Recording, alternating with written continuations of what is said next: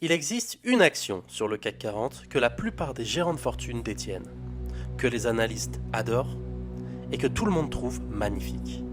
Et pourtant, depuis ses plus hauts, il a perdu plus de 30%. La vraie question, ce n'est pas est-ce que Hermès est une grande entreprise. Ça, tout le monde le sait.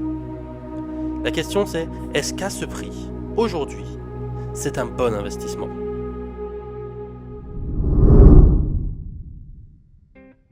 Hello tout le monde, c'est Maxime et bienvenue sur Au-delà des chiffres. En continuation de notre précédente vidéo sur LVMH, aujourd'hui on va parler de son concurrent direct, Hermès.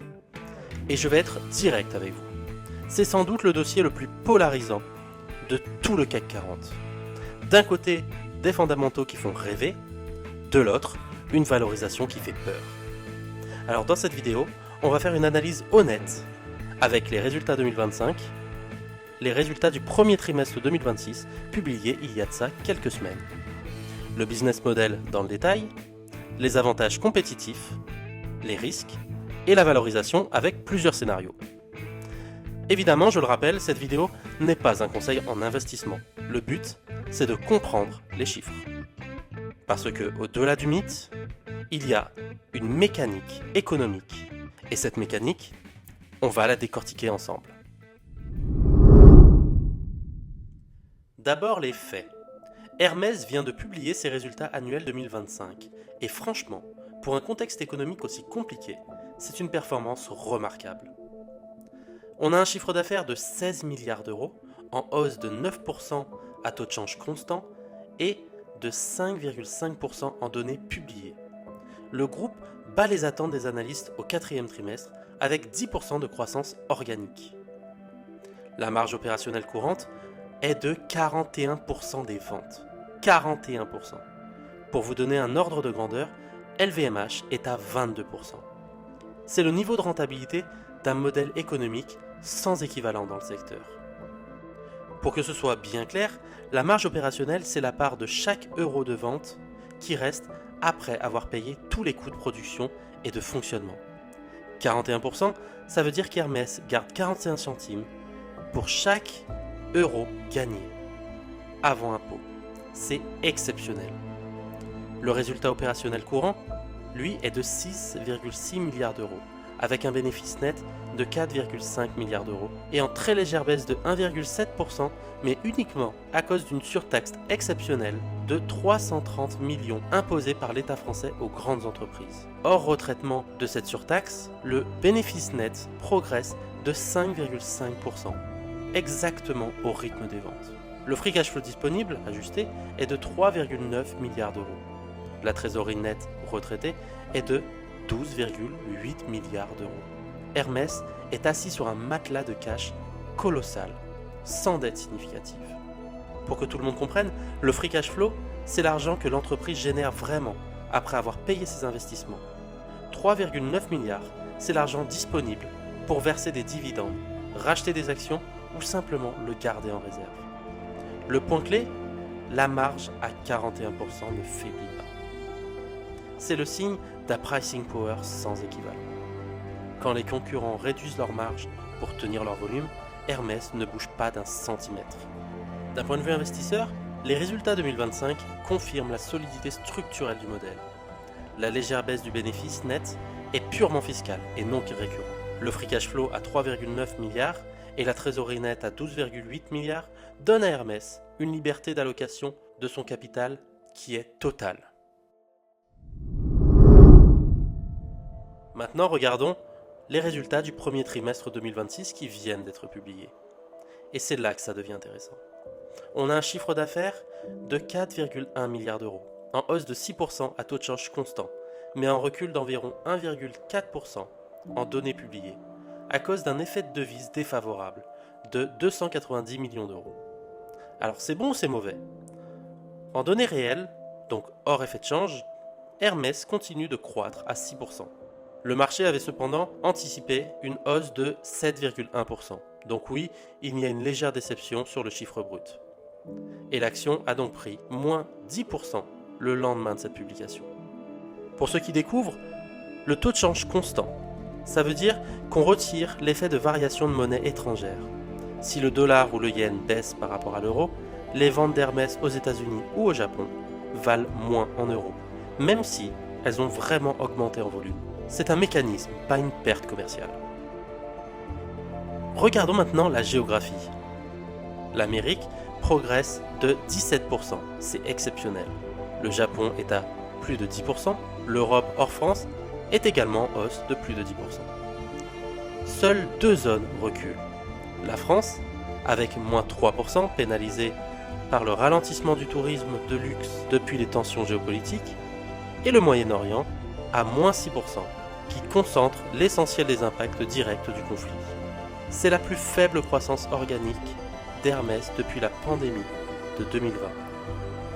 Mais dans un contexte mondial aussi incertain, c'est une performance très solide. 6% de croissance organique dans un contexte géopolitique majeur, ce n'est pas un effondrement, c'est une résilience. D'un point de vue investisseur, sur ce premier trimestre 2026, la réaction du marché de moins 10% semble excessive par rapport au contenu réel. La croissance organique résiste, les zones clés comme l'Amérique et le Japon surperforment. L'effet de devise est mécanique et conjoncturel. Il ne reflète pas la dynamique commerciale de l'entreprise. Avant d'aller plus loin dans les chiffres, il faut comprendre ce qu'on analyse vraiment. Parce que Hermès, c'est une entreprise fondamentalement différente des autres groupes de luxe.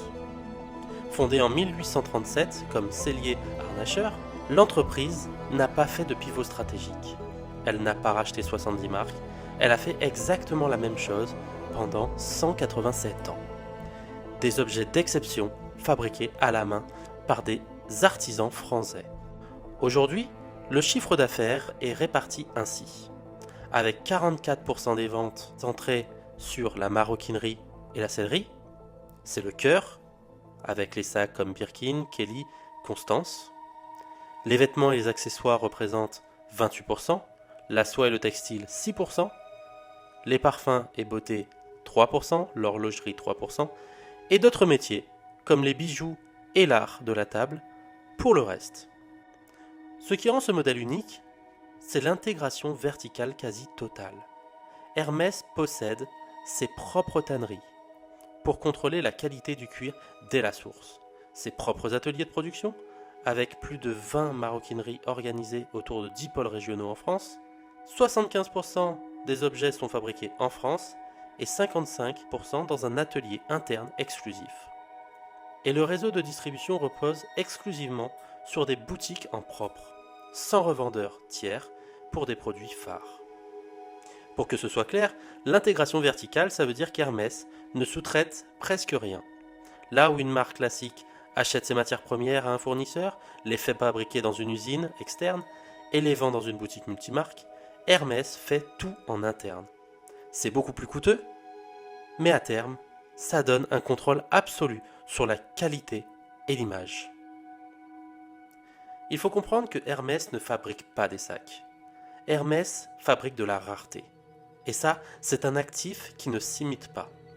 Quand vous achetez une action Hermès, vous achetez 187 ans de désirabilité accumulée.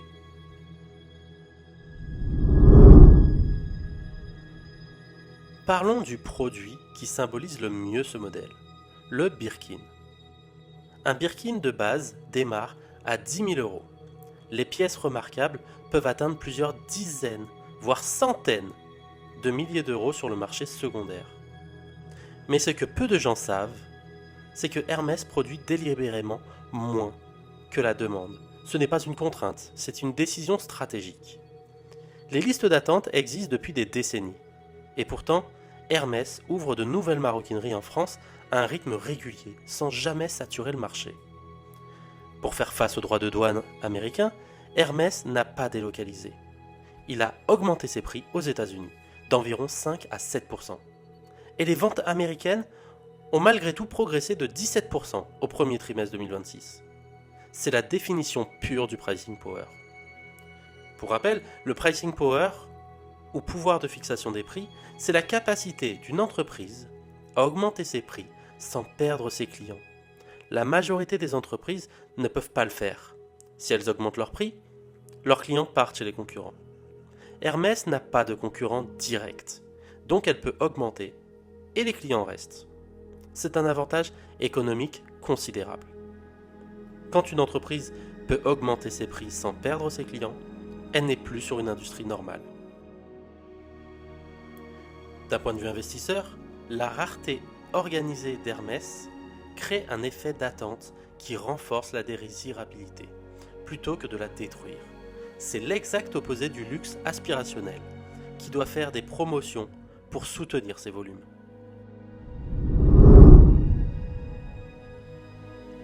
Hermès est un groupe mondial, et la géographie est un facteur clé pour comprendre les résultats du premier trimestre 2026.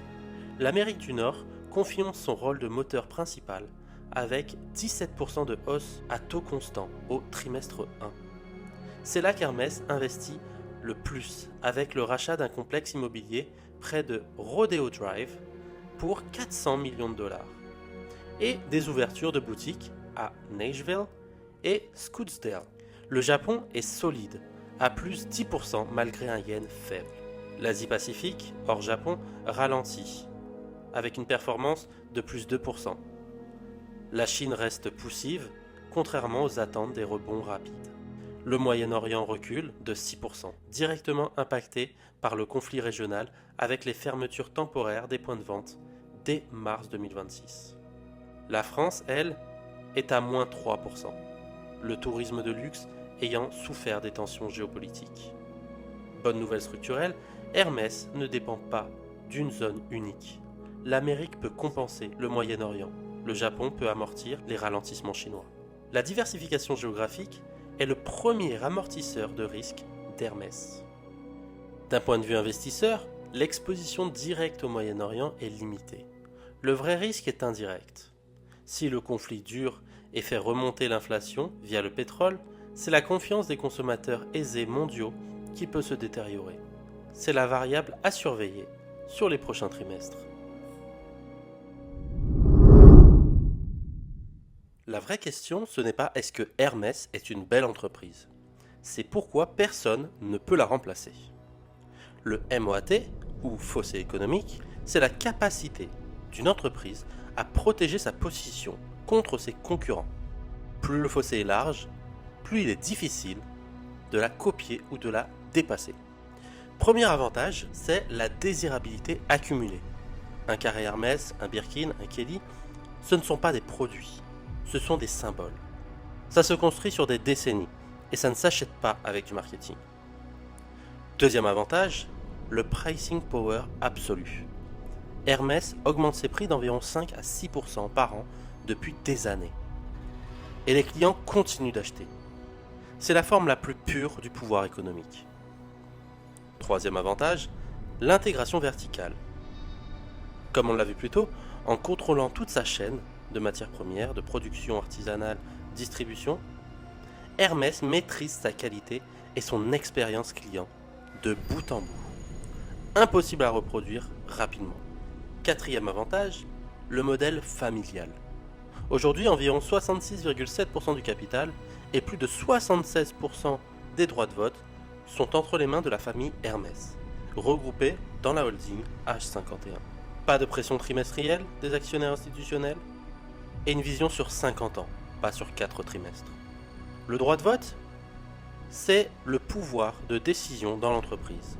Avoir plus de 76% des droits de vote, ça veut dire que même si des fonds d'investissement détiennent une partie des actions, la famille garde le contrôle total des grandes décisions. Personne ne peut forcer Hermès à changer des stratégies contre sa volonté et la volonté de la famille.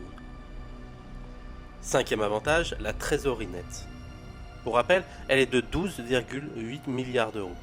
Hermès peut donc absorber n'importe quelle crise sans lever de capital, sans s'endetter et sans vendre d'actifs. Le principal actif d'Hermès n'apparaît pas au bilan. C'est comme on l'a vu plus tôt, c'est 187 ans de désirabilité. Et ça, aucun concurrent ne peut l'acheter en 6 mois. D'un point de vue investisseur, le MOAT d'Hermès est l'un des plus solides de toute la cote européenne, avec un pricing power, une intégration verticale, une gouvernance familiale et une trésorerie nette colossale. C'est une combinaison d'avantages structurels rares.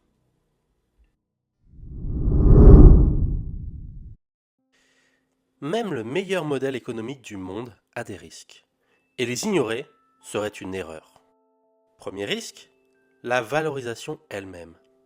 On y revient dans la section suivante. Mais une entreprise exceptionnelle peut être un mauvais investissement si elle est surpayée. C'est le débat central sur Hermès depuis des années. Deuxième risque, le Moyen-Orient et la géopolitique. L'impact direct est limité à environ 6% des ventes. Mais si le conflit s'étend, si le pétrole dépasse 100 $ durablement, c'est toute la confiance des consommateurs aisés qui peut en pâtir. Troisième risque, l'effet de change. Au premier trimestre 2026, l'effet devise a coûté 290 millions d'euros. Si le dollar et le yen restent défavorables, la pression sur les données publiées va continuer, même si la croissance organique tient. Quatrième risque, la Chine. Si l'Asie-Pacifique hors Japon ne redécolle pas comme attendu, si la demande chinoise reste structurellement plus faible qu'avant le Covid, les prévisions de croissance à long terme sont à revoir. Cinquième risque, l'aspirationnel. Hermès a beaucoup monté ses prix. Si la clientèle intermédiaire se retire progressivement, les volumes peuvent souffrir sur certaines catégories. Et enfin, sixième risque, la transmission. La maison est portée par Axel Dumas. La gouvernance familiale est une force, mais toute succession est un moment de fragilité potentielle.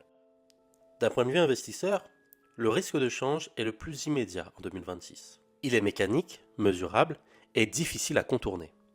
Sur les zones qui performent bien, comme l'Amérique et le Japon, l'effet de change grève les données publiées, même quand la dynamique commerciale est solide.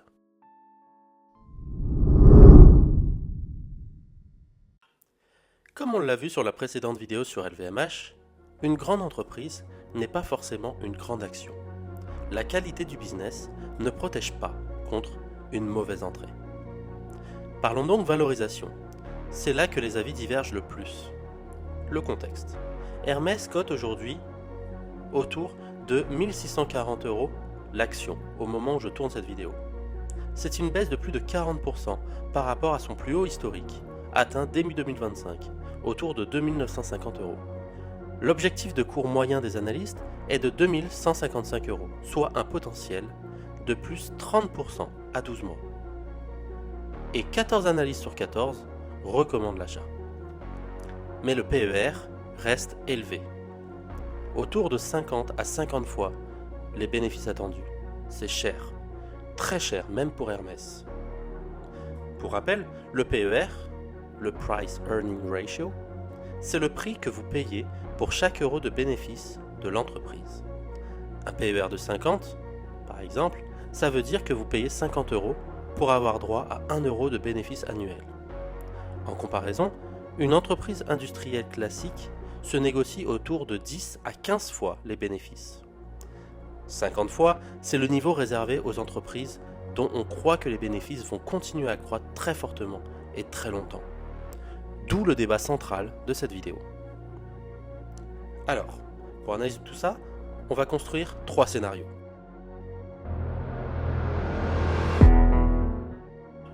Tout d'abord, le premier scénario, c'est le scénario haussier.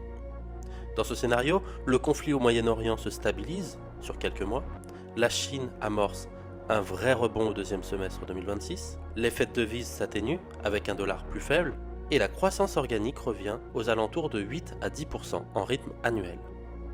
Dans ce scénario, les objectifs de cours entre 2100 et 2650 sont atteignables dans les 12 à 18 mois. C'est le scénario du consensus actuel. D'un point de vue investisseur, c'est le scénario de base des 14 analystes à l'achat. La valorisation actuelle offre une marge de sécurité significative par rapport au plus haut. Si la croissance organique tient, avec plus 8%, le PER se normalise progressivement.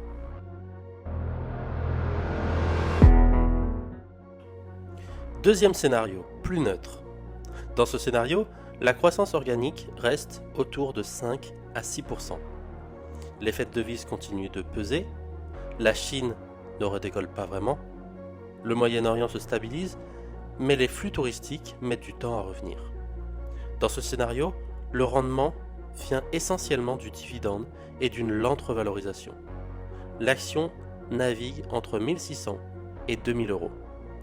C'est un scénario de patience, pas de casse, mais pas de catalyseur fort non plus. D'un point de vue investisseur, ce scénario correspond à ce que certains analystes anticipent dans un contexte de croissance modérée. Le dividende offre un rendement modeste, autour de 0,8% à 1%. Ce n'est pas un titre de rendement. Le retour viendra de la croissance.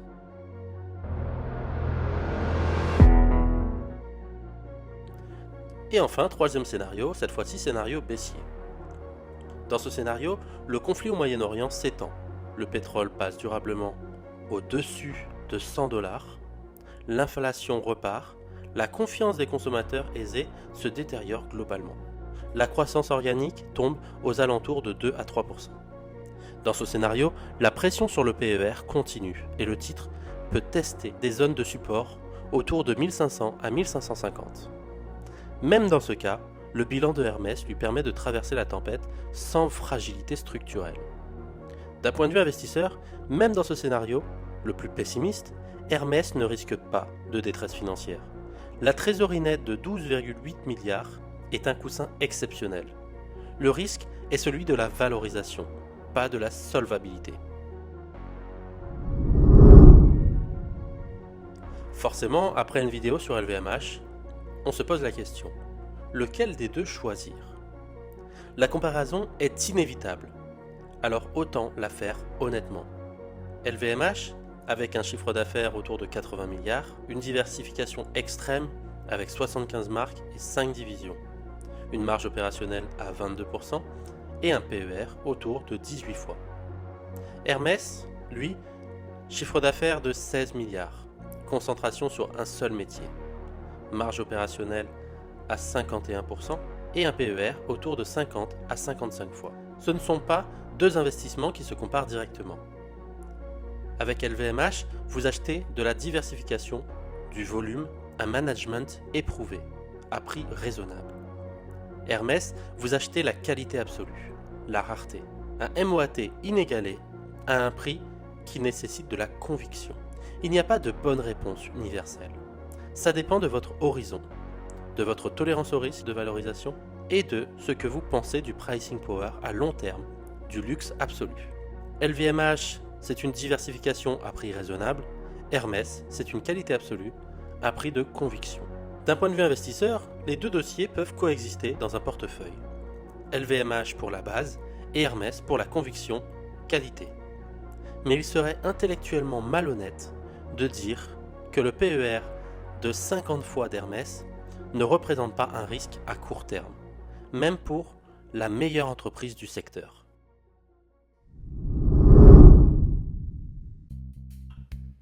Pour résumer, en 2025, Hermès continue de surperformer ses pairs dans un secteur de luxe sous pression. Avec un chiffre d'affaires de 16 milliards, une marge à 41% et un free cash flow à 3,9 milliards. Aucune fragilité structurelle. Le premier trimestre 2026 nous montre une croissance de plus de 6% de croissance organique malgré le choc géopolitique. L'Amérique cartonne à plus 17% et le Moyen-Orient recule de 6%, contenu mais visible. L'effet devise pèse sur les données publiées. La valorisation est le vrai sujet. Autour de 1640, l'action est plus de 40 fois sous son plus haut historique. Le consensus voit un potentiel de plus 30% à 12 mois. Mais le PER à 50 reste exigeant et nécessite de croire à la résistance du modèle sur le long terme. Ma conviction personnelle, et je précise que c'est mon analyse et pas un conseil, Hermès est sans doute l'entreprise la plus solide que j'ai analysée. Mais la qualité ne dispense pas de réfléchir au prix d'entrée. Et en ce moment, ce prix mérite d'être discuté. Merci d'avoir regardé cette vidéo, et si tu as aimé cette vidéo, n'hésite pas à laisser un petit like et à t'abonner. Et dis-moi en commentaire, à quel PER tu serais prêt à acheter Hermès?